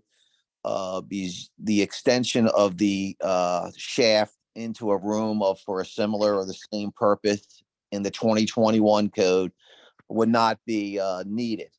If I understood that correct, what is in that room? So that's a mechanical room. So you have Okay. air handler, pumps, etc. And then it's gonna be 2-hour fire rated from the rest of the building. Okay, so you don't want to put a damper at the floor of that room? You want to use that room basically as an extension of the shaft? Correct. Where is the next fire damper down? I guess what my concern, you don't want heat, smoke, fire going into a mechanical space, right? Correct. We have fire dampers at every penetration on every floor, leaving that shaft. Okay, on every floor except that last one. Except going into the mechanical space. Okay, then you're going to use that mechanical space, and that's allowed in the 2021. That condition's allowed in the 2021 code. Yes, that's in 713.12. Okay, the reason we asked this when they, and we probably all know this a little bit, when codes are rewritten or things are changed, a lot of times things are allowed because of compensating factors on something else, and without knowing and dissecting the code, when something's allowed, something else wasn't taken away or something else wasn't added as that compensating factor. We don't know that. I just wanted to know, have you guys analyzed the entire 21 code and why that condition is allowed now and it wasn't in the 2018? Do you have at least a theory on that? I know it now matches NFPA Yeah. 101. I should clarify this, which is that, so maybe clarify that 2021 provision is for mechanical penthouse rooms. So in our case, we're not strictly meaning that, but the basis for doing that was to align it and say there are times when the mechanical room is not at the bottom, it's at the top.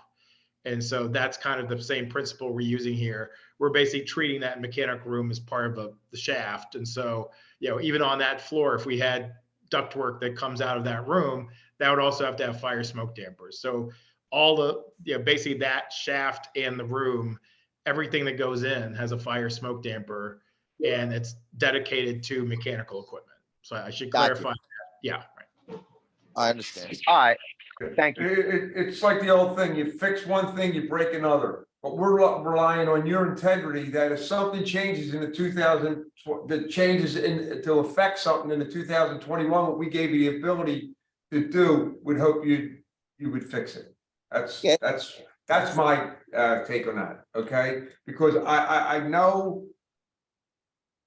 it's so critical in Children's Hospital that you want everything perfect. You don't want one thing wrong, because if you have to move a kid from one room to the other, you kill them. Okay, because we want things perfect, and the thing is, and we expect you guys to do the same thing. I'm sure you do because of what you do, but that's our concern here sitting at this table. And the thing is that and you guys are professionals and know a zillion times more than we do. So if something affects something for the 2021, I expect that you would fix it. And again, this is a condition that's allowed by Life Safety Code, and as Chop will tell you, they get surveyed by at least 2 to 3 different groups that come in and will say, you got to take this out of the mechanical room, whatever. They keep it very clean. So okay, because you know what happens in someone's sick in them hospital in children's, and we got to be perfect so nothing fails. Okay, so all right, the next one, we're on the fire barriers, and the same thing. It's in the NFPA. I think the NFPA that was in there too, right? That accepted in the 21 IBC. So 101. Yeah. Okay, so we're granting that variance, and the penetrations we're okay with. And down at the location of the exhaust outlets, the unity of use should take care of that. So that's it. So everything is in there, you pretty much have and to do, and that's it. Anybody else have any questions? You got your variance, guys, all right? Thank you very much. Okay. Thank you all All very right, much. guys, good luck, all right? Thank you. Appreciate it. You're welcome. You're Yeah. welcome. Thank you. Good night. Good night. Good night, guys. Good night. Yes, on the recording, yes, into the And, record. and what, Deb, this is to bring them in the next hearing? Yes, you're approving the late appeal request. They asked for late Okay, appeal sure. request. They Yeah. filed after the window of time. So they're asking for to be heard. Yes. Yeah, and I want to make it a general thing. If someone has to come in and it's a late appeal, bring them in, okay? Because I But the don't want to hold someone up from coming in, no matter how many cases we have. I want that a general application. If someone is late with something, bring them in, okay? No matter what it is. So that should be under anytime that you run into it, do it, okay? It ain't like we're carrying bricks up on a scaffold. We're sitting at a table and making decisions. So bring them in. We'll stay later if we have to. All Yeah, right? and I would just say that, Debbie's, your discretion is, as soon as possible. I mean, if it's like we have too much and it's got to be two, meetings later, we'll do that unless we. And They if file the something's so appeal. important, we'll meet 2 days. That's all. It's a big deal. Unless CSU overrides. Tom, If it's imminently dangerous and they're asking for an appeal late, and if Tom or CSU says no, then they override it. I'm sorry, Okay, who's CSU? Okay. All right, so Construction let's services listen. unit, Tom's unit. We're not going to wait. If they think it's imminently dangerous, then it needs to go, and we're not going to hear their appeal. Absolutely, absolutely. Yeah, no, we ain't gonna have something fall down on our watch. That's gonna be the name of the game. All right? So you Okay. just have to read this into the record that you approved the late appeal request. Okay, Amy, Ted, and myself, we agreed to accept the late appeal request for 2049 Upland Way, and we'll hear it at the next meeting. Okay. Yes. Okay. For an unsafe situation. Yes. Okay, good deal. Everybody good with that? Yes. All right, let's get to writing up the rest of the things that we have to do, because I gotta go.